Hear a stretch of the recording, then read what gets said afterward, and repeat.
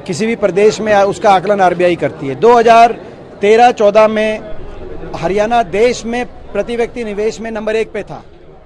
सबसे ज्यादा निवेश हरियाणा में हुआ था कांग्रेस की सरकार, हुड्डा सरकार के समय। आज ठीक 9 साल के बाद हरियाणा निवेश में नीचे से नंबर 1 हो गया। देश में सबसे कम निवेश पश्चिम बंगाल और हरियाणा में हुआ है।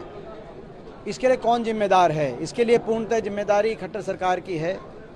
हरियाणा आज बेरोजगारी में तो देश में नंबर 1 हो गया। जैसा कि सीएमआई के आंकड़े बता रहे हैं, भारत सरकार का जो जवाब दिया उन्होंने संसद में मेरे प्रश्न का, उसमें बताया गया आज बेरोजगारी में देश में नंबर 1 हो गया और निवेश में देश में सबसे पीछे हो गया। ये इस प्रतीक है इस बात का कि हरियाणा विकास की पटरी से उतर गया और आज हरियाणा के नौजवान के भविष्य को अंधकार में इस सरकार ने कर दिया। सर, इंडिया और कितना पॉजिटिव आप लोग हैं? देखिए, मैं समझता हूँ कि प्रजातंत्र के लिए ये बहुत अच्छी, देश के प्रजातंत्र की मजबूती के लिए भी एक बहुत अच्छा, ये मैं समझता हूँ पहल है कि देश की विपक्षी पार्टियां एकजुट हो रही हैं। देश में विपक्ष मजबूत होना आवश्यक है ताकि एक सकारात्मक विकल्प लोगों के बीच में हम लेके जा सके, विपक्ष से विकल्प तक। ये मैं समझता हूँ ध्येय विपक्ष का होना चाहिए। 4 साल विपक्ष की जिम्मेदारी निभाता है। अब चुनावी साल में जब बात है तो एक विकल्प की ओर हम बढ़े। सर, संबित वरिष्ठ निशाना साध रहे, कह रहे हैं कि लोगों की तो मिसाइल लॉन्च ही नहीं हो पा रही, पहले ही फेल हो जाती है। वो आप उनसे पूछिए। हमारा तो मैंने जैसे कहा कि ध्येय देश के विपक्ष का, ये प्रजातंत्र को मजबूती में, प्रजातंत्र मजबूत तब होगा जब जनता के सामने दो विकल्प रहें और विपक्ष की जिम्मेदारी है कि जनता के सामने एक सकारात्मक विकल्प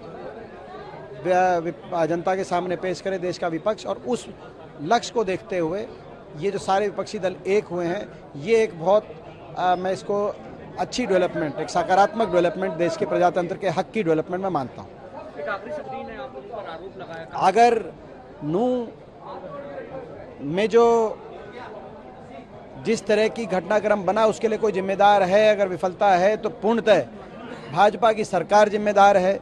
मैं विश्व हिंदू परिषद के एक नेता के बयान से पूर्णतः सहमत हूं, जिसमें उन्होंने कहा कि हर साल यात्रा के समय 2 से 3 हजार पुलिसकर्मी तैनात रहते थे, लेकिन इस साल केवल होमगार्ड के सहारे यात्रा को छोड़ दिया गया।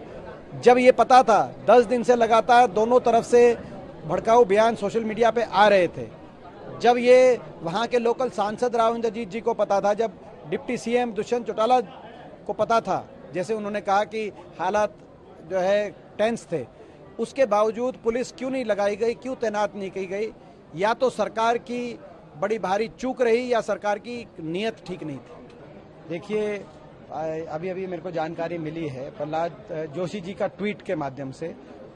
पहले एक समय ऐसा आता था कि जो लोकसभा स्पीकर और राज्यसभा के चेयरमैन यानी कि देश के उपराष्ट्रपति, उनके माध्यम से एक नोटिफिकेशन हम लोग के पास आता था मेंबर्स है। आजकल ट्वीट के माध्यम से पता चलता है प्रहलाद जोशी जी के। मगर बहरहाल सेशन बुलाया गया है, क्यों बुलाया गया है, और ये बजट सेशन, मानसून सेशन तो हो चुका है, तो सितंबर में दूसरा सेशन, क्या ऐसी अर्जेंसी है? सरकार इसके बारे में जानकारी देगी। जब जानकारी देगी तो उस पर हम कमेंट करेंगे। उन्होंने कहा कि अमृतकाल जो है तो अब तो उसका भी मगर क्या संदर्भ है?